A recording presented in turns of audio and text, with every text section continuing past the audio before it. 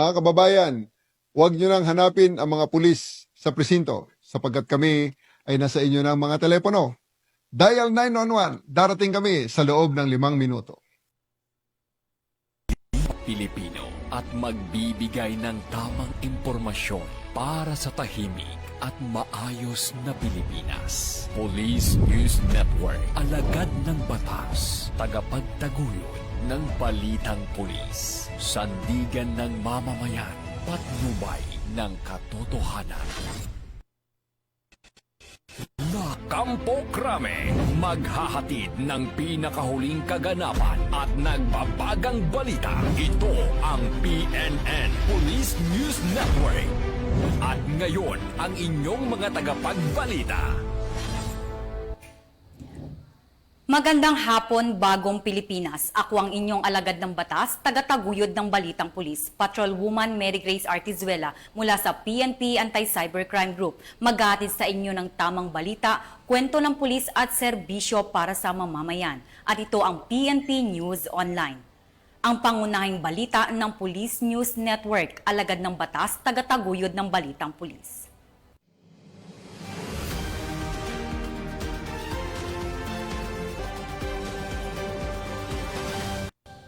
Narito ang mga balitang dapat niyong abangan.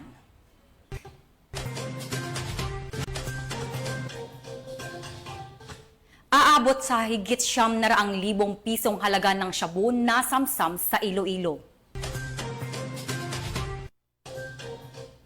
Gun runner arestado sa bypass operations sa Bataan. At 2 Army Reservists patay sa pamamaril sa Maguindanao del Norte.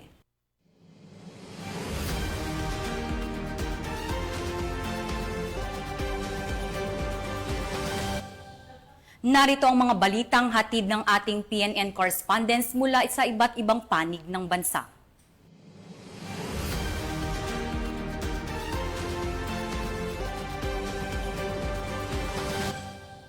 Simulan natin ang balita mula sa bahagi ng Luzon.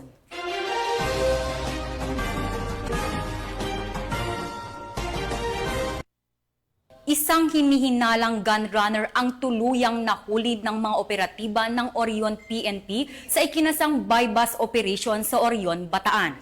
Narito ang report mula kay Patrolwoman Janice Bulahaw.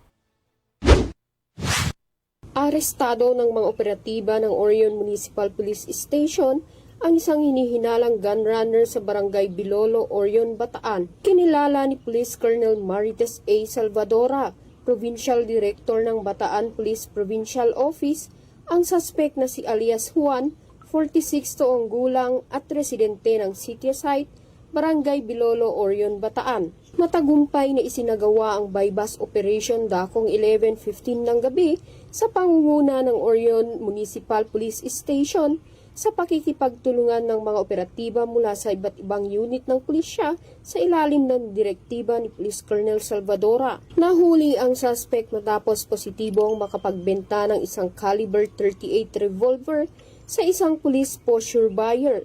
Sa isinagawang protective search, na-recover din mula sa kanya ang marked at budol money, gayon din ang 4 na bala ng baril. Inaresto ang suspect sa bisa ng aktwal na pagkakasangkot sa ilegal na pagbebenta ng baril at sasampahan ng kasong paglabag sa Republic Act 10591 o ang Comprehensive Firearms and Ammunition Regulation Act. Ayon kay Police Colonel Salvadora, ang operasyong ito ay bahagi ng piniigting na kampanya ng ating kapulisan laban sa illegal na armas. Patuloy ang maigting na kampanya ng PNP laban sa mga sangkot sa illegal na aktibidad upang mapanatili ang kapayapaan at kaayusan sa buong lalawigan ng Bataan. Mula dito sa gitnang Luzon, ako ang inyong PNN correspondent, Patrolwoman Janice Bulahaw, alagad ng batas, tagataguyod ng Balitang Pulis. Maraming salamat, Patrolwoman Bulahaw.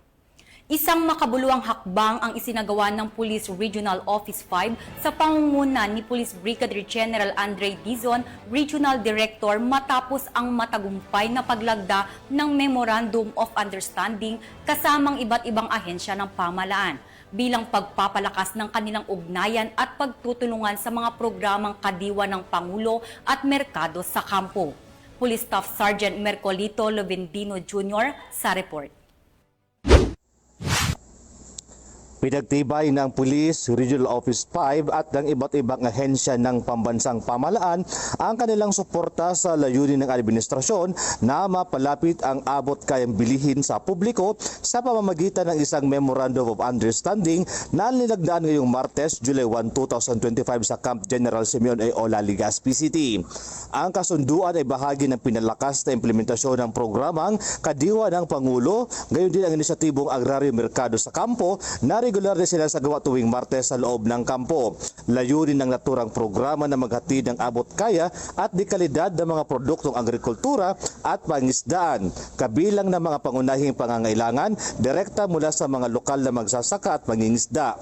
Ayon sa Pro5, bukod sa pagtulong sa mga kawani ng PNP at kanilang pamilya na makabili ng murang bilihin, malaking tulong din ito sa mga lokal na producer upang mailapit ang kanilang produkto sa mas malawak na pamilihan. Bahagi rin ito ng kampanya ng pamahalaan na palakasin ang food security, istulong ang inclusive growth at itaguyod ang kooperasyon sa pagitan ng mga uniformed personnel at sibilyan. Dumalo sa aktibidad ang mga katutuan mula sa Department of Agriculture, Department of Agrarian Reform, Department of Trade and Industry at iba pang partner agencies kabilang ng patunay ng kanilang pagtutulungan para sa tagumpay ng programa. Nagpahayag rin ng suporta si Police Brigadier General Andre Perez Dizon, Regional Director ng Pro5 at sinabi sa inisyatibong ito ay malinaw na hakbang tungo sa makatao at makabuluhang serbisyo para sa kapakanan ng komunidad at kapulisan. Nagpahayag ng pasasalamat ang isa sa mga kalahok na nagtitinda sa nasabing programa dahil sa pagkakataong may pagbili nila ang kanilang mga produkto. Nagkaya kami maming opportunity po didi na magtinda, na hali po kaming mayon, tapos nakapagtinda po kami didi ng mga local products naman. Tapos pinaka-importante ma'am, nakatinda na kami, may sahod pa kami every Tuesday na magatinda po kami didi. Salamat po, salamat ning maray. Ang kadiwa ng Pangulo at Agraryo Merkado sa Kampo ay inaasahang magpapatuloy sa mga susunod na buwan na posibleng palawakin pa sa iba pang kampo at himpilan sa reyon upang mas mapalawak ang benepisyo nito. Mula dito sa Bicol Region, ako po yung Police News Network Correspondent, Police Staff Sergeant Mercolito P. Lovendino Jr., alagad ng batas, tagataguyod ng balitang pulis. Maraming salamat Staff Sergeant Lovendino Jr. Tunghayan naman natin ang mga balita mula sa Visayas.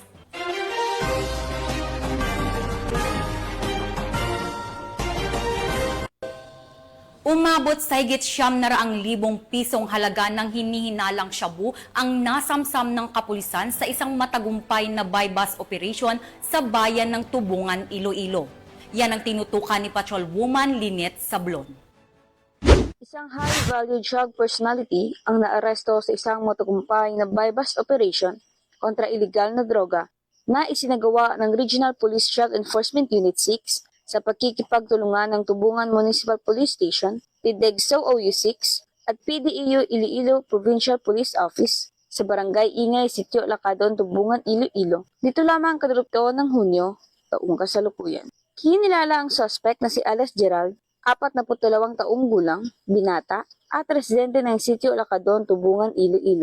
Nakumpiska mula sa kanya ang isang heat seal sachet ng hinihinalang shabu bilang buy-bust item, 13 karagdagang sachet ng hinihinalang shabu, 8 knot-tied plastic bag at naglalaman ng hinihinalang shabu, buy-bust money na nagkakalaga ng 12,000 pesos, isang caliber 38 revolver na may 5 bala at iba pang non-drug items. Umabot sa humigit kumulang 135 gramo ang kabuang bigat ng nabiskang shabu na may halagang tinatayang 918,000 pesos batay sa street value na 6,000 pesos kada gramo. Ang suspect ay nasa himpilan na ngayon ng pulisya para sa dokumentasyon at sasampahan ng kasong paglabag sa Republic Act 965 o ang Comprehensive Dangerous Act of 2002 at kasong may kaugnayan sa illegal possession of firearms and ammunition.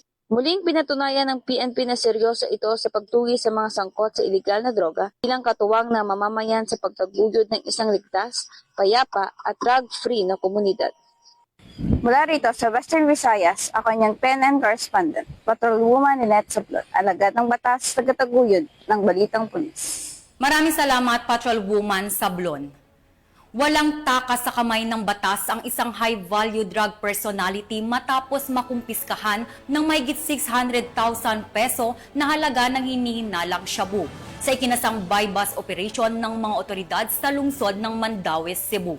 Magbabalita dyan si Patrolwoman Flora May Azares. Mas rehas ng isang high-value individual matapos itong makuhanan ng 680,000 pesos ng hinihinalang shabu sa isinagawang buy-bust operation ng Mandaue City PNP sa FF Cruz Street, Barangay Subang Dako, Mandaue City, Cebu. Nito lamang Hunyo 29 ng taong kasalukuyan. Kinilala ni Police Colonel Cirilo Acosta Jr., City Director ng Mandaue City Police Office, ang suspect na si alias Black, 50 anyos, residente ng 228 Plaridel Street, Barangay Pacnaan, Mandaue City, Cebu. Ikinasa ang buy-bust operation ng mga operatiba ng City Intelligence Unit, City Drug Enforcement Unit MCPO, bandang alas 2:08 ng madaling araw na nagresulta sa pagkaaresto sa suspect at pagkakumpiska ng 8 pakete ng hinihinalang shabu na may kabuang timbang na 100 gramo at may standard drug price na 680,000 pesos, sling bag at buy-bust money. Nasa kustodiya na ng naturang tanggapan ng suspect para sa dokumentasyon at tamang disposisyon. Police Colonel Cirilo B. Acosta Jr., the City Director, lauded the operatives for the successful operation and reaffirmed the MCPO's commitment to the intensified campaign against illegal drugs. In his statements, this accomplishment reflects our relentless effort to cleanse our communities of drug-related activities. With the strong support of Mandauehanos, we remain steadfast in our mission to build a safer and drug-free city. Mula dito sa Central Visayas, ako ang inyong Police News Network Correspondent, Patrolwoman Flora May Azares, alagad ng batas, tagataguyod ng balitang pulis. Maraming salamat, Patrolwoman Azares. Narito naman ang mga balitang mula sa Mindanao.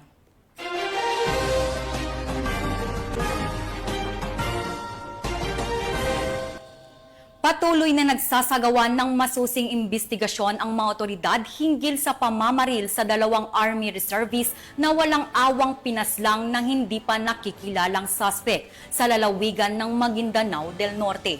Ang report mula kay Patrolwoman Leonora Gawang. Laki na tinuturing na street-level individual ang naaresto sa isang matagumpay na buy-bust operation ng mga otoridad nitong unang araw ng Hulyo sa Purok 3A, Barangay La Filipina, Tagum City. Kinilala ang mga sospek na sina alias Tata, 40 anyos, isang konduktor at residente ng Barangay Kuambugan, Tagum City, at alias Baduy, 36 anyos, isang construction worker at residente ng Barangay La Filipina, Tagum City.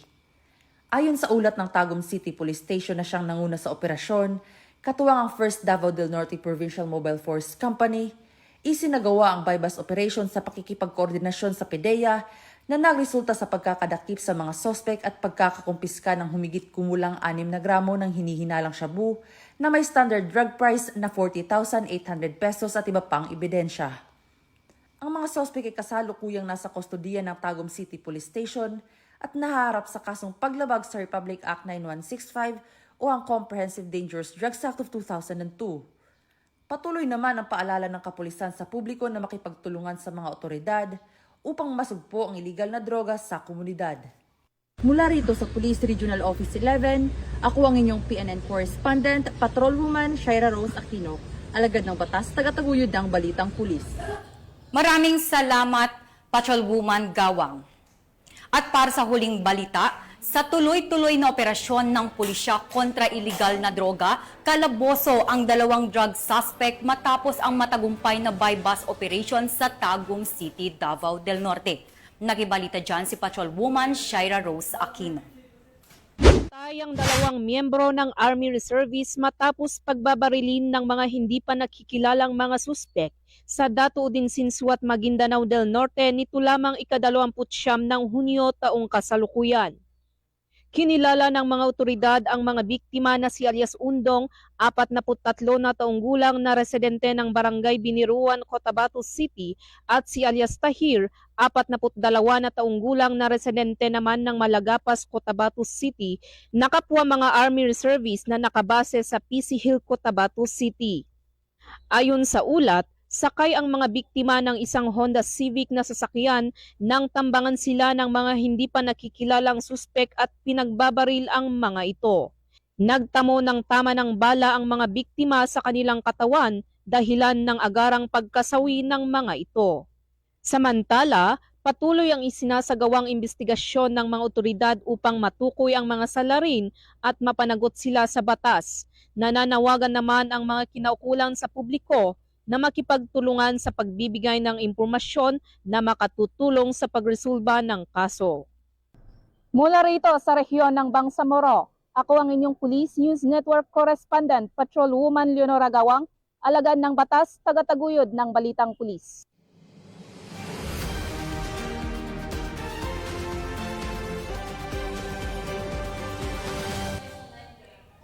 At yan ang mga balitang nakalap ng ating PNN correspondents mula Luzon, Visayas at Mindanao.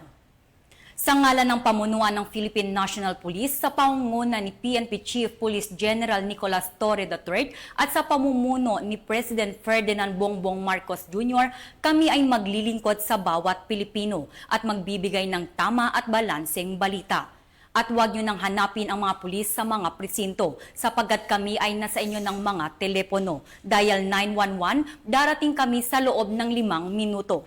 Dahil sa bagong Pilipinas, ang gusto ng pulis, ligtas ka.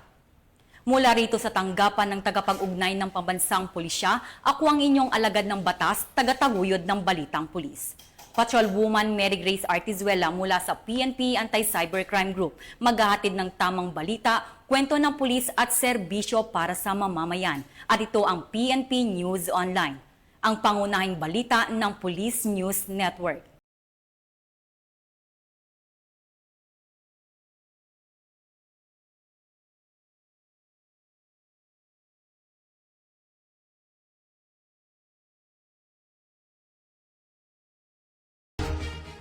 Police News Network, alagad ng batas, tagapagtaguyod ng Balitang Pulis.